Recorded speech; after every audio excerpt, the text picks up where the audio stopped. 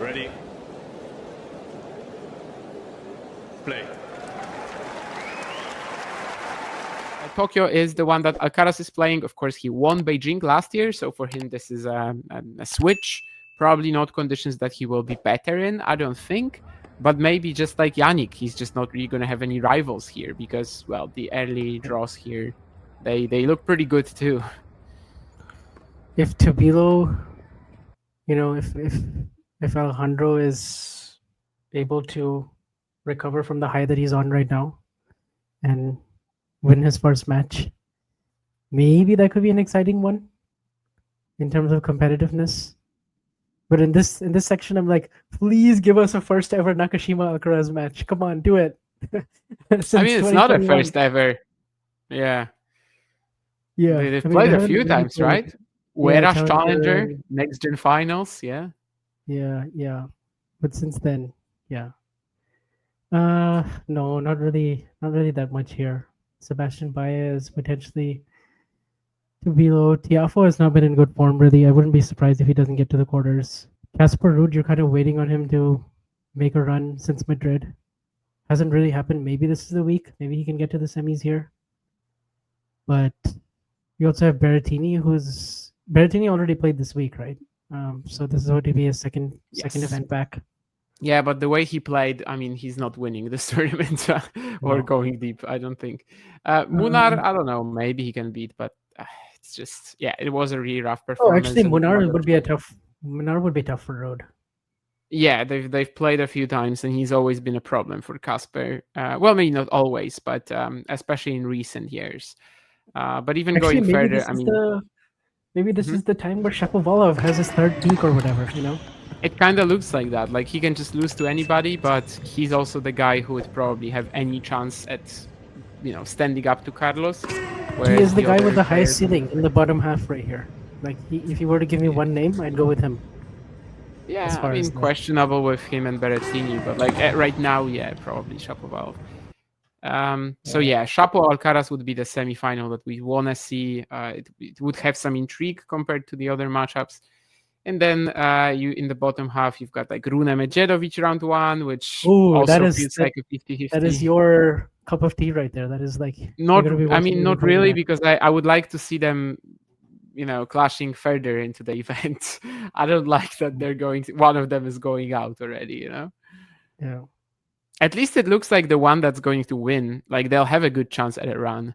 Alex Mikkelsen, you've got there, maybe that's dangerous, but otherwise, Humbert in no form at all.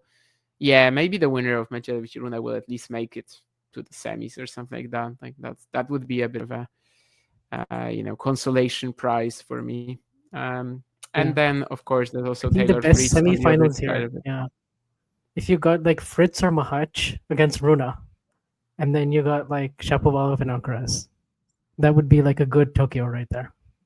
Yeah, there's potential. And last year, actually, Tokyo was amazing.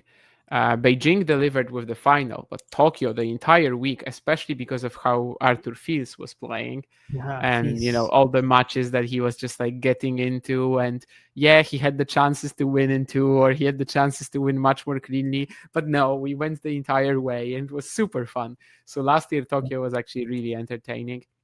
And no Arthur Fils, of course, as he's still struggling with an injury, the chronic back issue.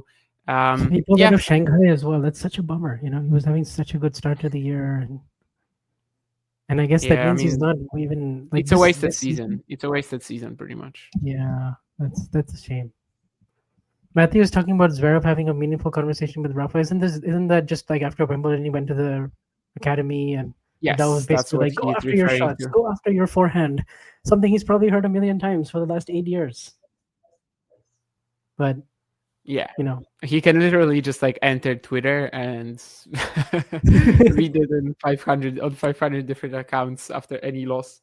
Yeah. And this Fritz section is, for the record, even though it's Taylor Fritz, but it's actually pretty exciting because Fritz Diallo, we've already seen it a couple of times, but it's been close. This draw for Taylor is tough. I mean, Botanuki is in form. Borges is also already almost beat him in Shanghai last year or 2 years ago. Yeah, and honestly, any of Korda, even Giron and Mahach, like this is a tough. And he's going to be coming off of the Labor Cup, the jet lag as well. having just Yeah. yeah. Overall, So this feels slightly less lopsided, slightly less like one-man show than Sinner in Beijing, yeah. for a few reasons: conditions, I first think time Tokyo is playing. I think Tokyo will be the better event this year Yes, in it terms of feels more competitiveness. competitive, and also Mm. Fritz being the number 2 seed just feels a lot more dangerous right now than Yeah. Zverev.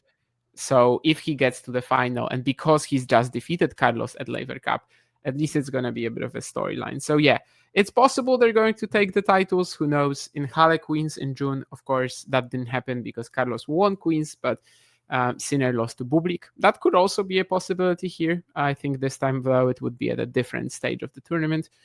And yeah, I mean, I don't think we have anything else to say, right? No, that's about it, really. So I think it's time to go and probably to watch the last few games of Emilio Nava battling against Joao Lucas Reis da Silva Yes. in Buenos Aires. Just save the breakpoint at 4-all in the third, Emilio. And well, that should be really fun. Hopefully, Tokyo and Beijing will be as well. Tokyo feels like the event to watch, but who knows? Maybe something will deliver in Beijing. That's the state of the ATP Tour right now. Alcaraz and Sinner are far and above anybody else. So when one of them is playing one event and the other is playing the second, you kind of expect the 2 titles. But let's see if somebody can challenge them. If you enjoyed this video, make sure you hit that like button. Don't forget to subscribe and click that notification bell so you don't miss out on all things tennis.